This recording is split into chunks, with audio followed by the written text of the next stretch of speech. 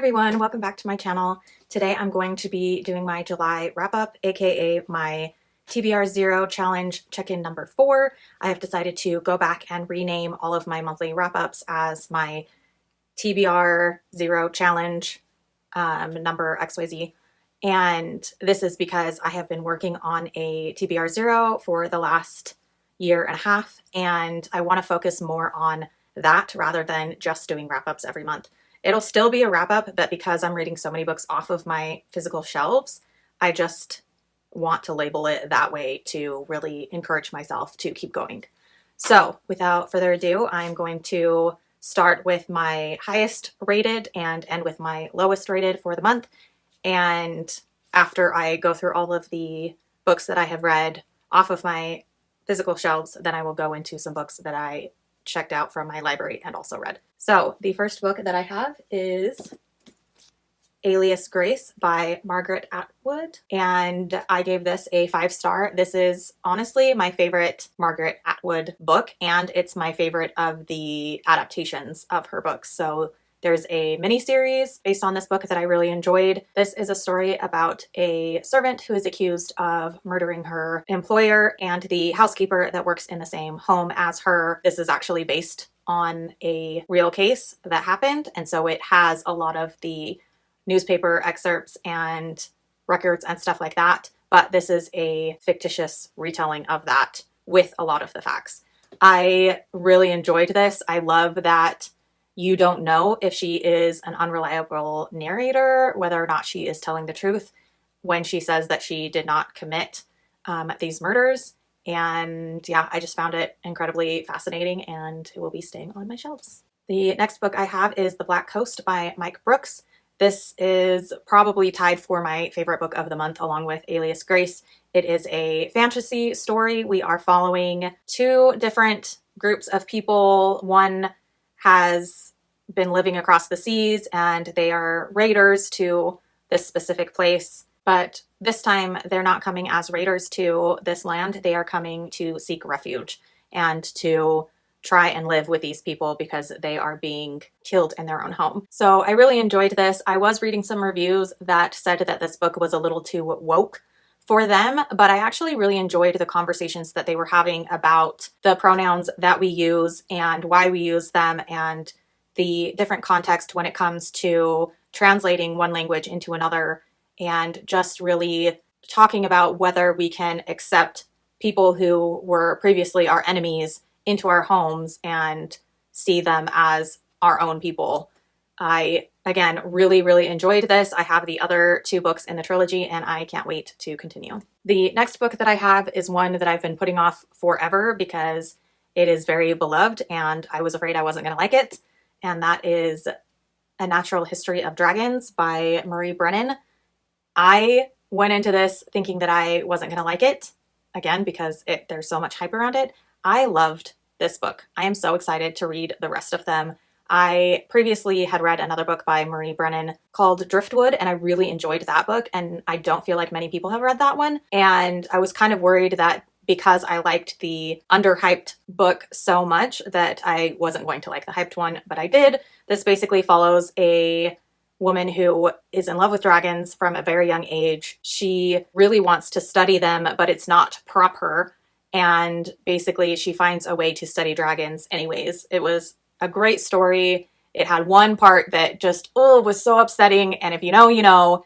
And yes, it was a really good read, and I highly recommend it, and I will be picking up more. The next book off my shelves that I read and really enjoyed was Theft of Swords by Michael J. Sullivan. This is a bind-up of the first 2 volumes in his series.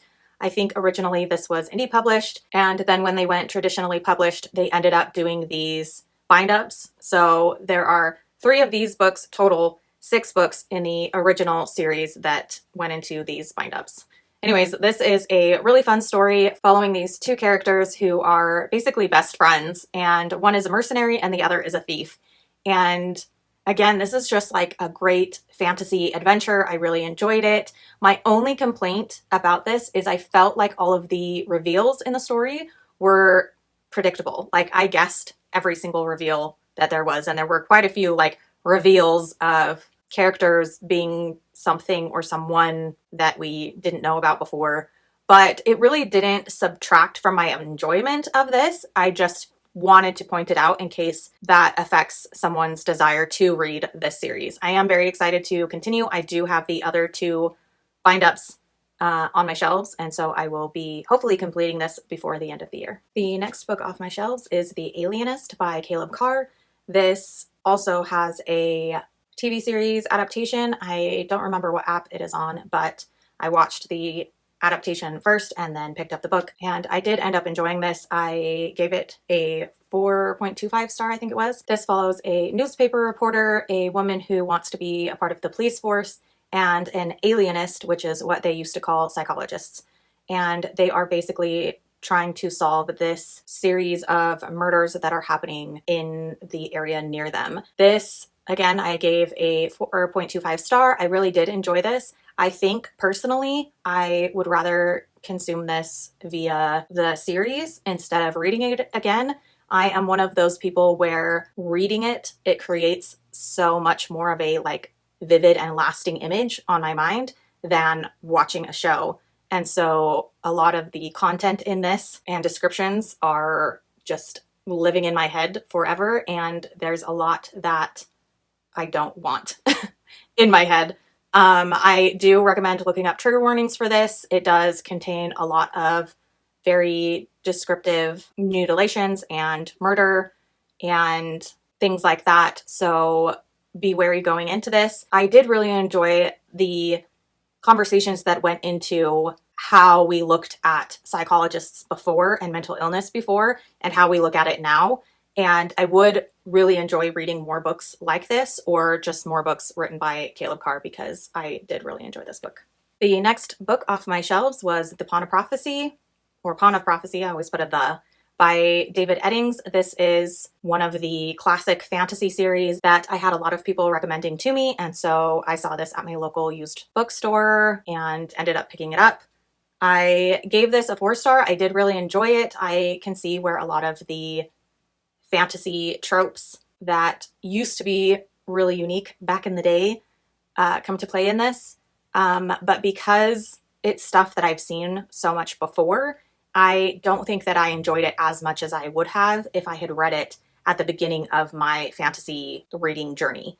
I do still think that this is a very good book, and it's probably a very good series, and I would recommend people who are new to fantasy reading this. But for me, myself, this is one that I'm not sure I will be continuing the series. Unfortunately, the rest of the books that I read off of my shelves this last month were DNFs, and I organized these by how many pages in I got before I DNF'd them. So the first one I have is Unsub by Meg Gardner. This is a crime novel. So this story follows a narcotics detective whose father used to be a lead investigator searching for this man that they call Mercury, who is a serial killer and who would put the Mercury symbol on all of his victims in different and very grotesque ways. For one reason or another, she gets wrapped up in the investigation 20 years later when Mercury comes out of hiding or whatever. Her father, who was the lead investigator, is now in a mental institution because he went crazy looking for this person, and she's basically a rookie who is taking over just because her dad used to be the lead investigator. I DNF'd this at 124 pages out of the 414. And the reason why I DNF'd this is because I found it to be very unrealistic, in the sense that why would a narcotics detective end up working as basically the lead investigator on this serial killer case that her father used to work on? Like, that to me was a really, maybe that happens, I don't know, but it just didn't seem realistic to me. As well as there is a literal soccer mom who is also helping with this investigation because she's obsessed with this, similar to a Reddit thread that all talk about Mercury. And so she has inside information about him. So it just didn't seem very realistic to me, and I wasn't enjoying the read, so I ended up DNFing it. The next one I'm quite sad about, and that is because I was really excited to read this, and that is Promise of Blood by Brian McKellen. And I'm just going to read the blurb on the back of this. It's a bloody business overthrowing a king, but amid the chaos, a whispered rumor is spreading, a rumor of a broken promise, omens of death, and the gods returning to walk the earth. Sounds really cool. I also heard that it kind of had this magic where these certain people could consume gunpowder and it gave them special abilities. And so it seemed really interesting to me, but I had a really hard time reading this because of the writing style. Not only did the two characters that you meet first in this book have very similar names, Thomas and Taniel, but the way the book was written, it goes on and on with Taniel said, Thomas said, Taniel declared, Thomas responded, Taniel this, and it just repeats their names over and over and over, as well as when they are talking to each other, they will say, Thomas, I thought I had explained to you, blah, blah, blah, Taniel said. Oh, Taniel, I didn't realize that you were speaking to me, Thomas replied.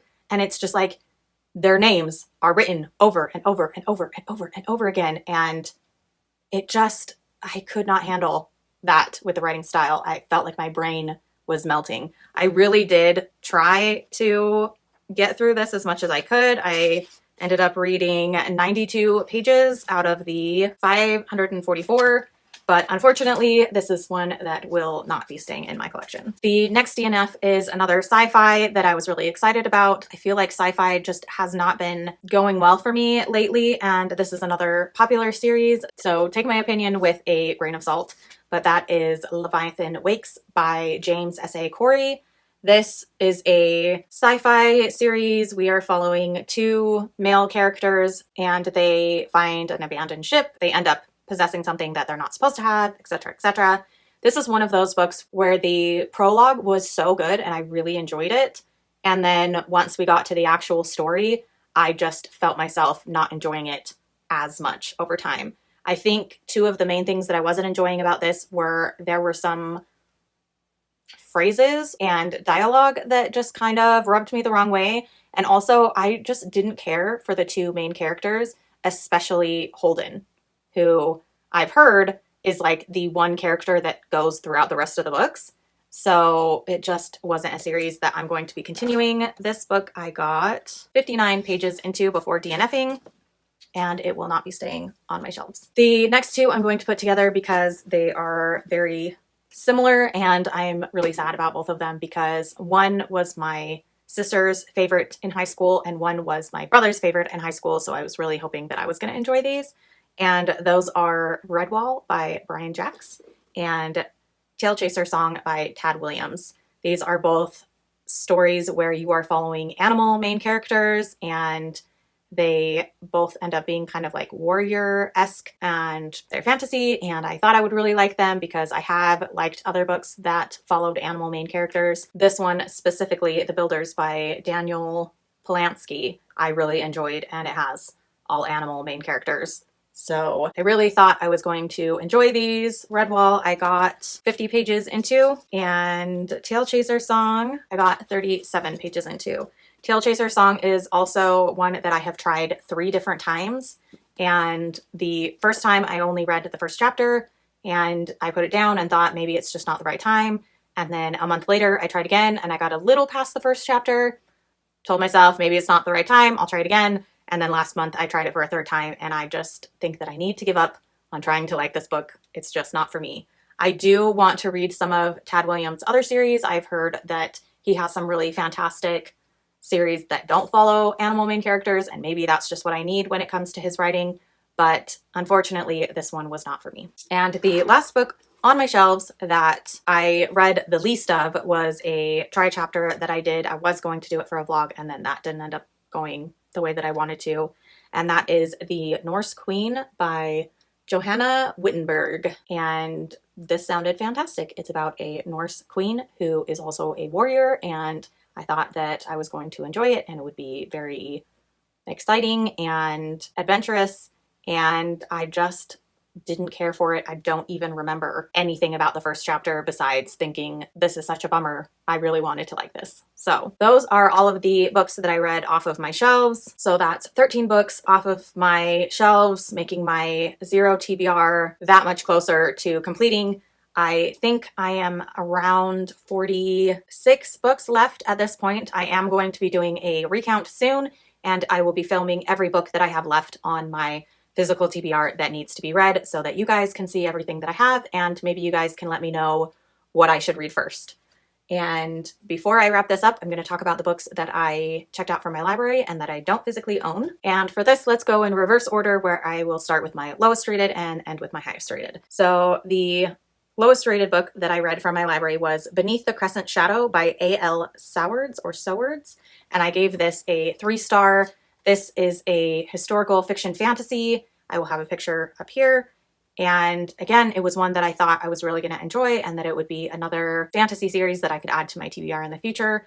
Unfortunately, I didn't really care for it. It was all right. It wasn't anything I was really excited for. I felt like there were points in the book that really dragged, and I almost DNF'd to this quite a few times, but I've been trying to give books a little more of a chance lately because I feel like I've already DNF'd so many books so far this year, and I just really want to give books more of a chance moving forward. And I don't remember if I said, but I gave that one a 3-star. The next one that I got from my library was When Among Crows by Veronica Roth. I gave this a 3.75 star. I thought that the story itself was rather good, but I didn't really feel very connected to the main character until almost to the end of the book. So unfortunately, that is a book that I will not be picking up. Next, I read Foe by Ian Reid. This I gave a 4.75 star. I really enjoyed this book. It is a sci-fi where this couple who are living what seems like to be in the middle of nowhere have someone show up at their doorstep saying that they've won this lottery and the husband is going to be sent into space. And while he's there, they are going to leave a clone who is exactly like him in his place so that his wife doesn't get lonely while he's gone. And it goes from there. I really, really enjoyed this book. I thought it was fantastic. I think the only reason why it's not a 5-star is because I wanted to know more about the wife. And I feel like we were just about to get to know her a little bit more towards the end, and it never fully gave it to us.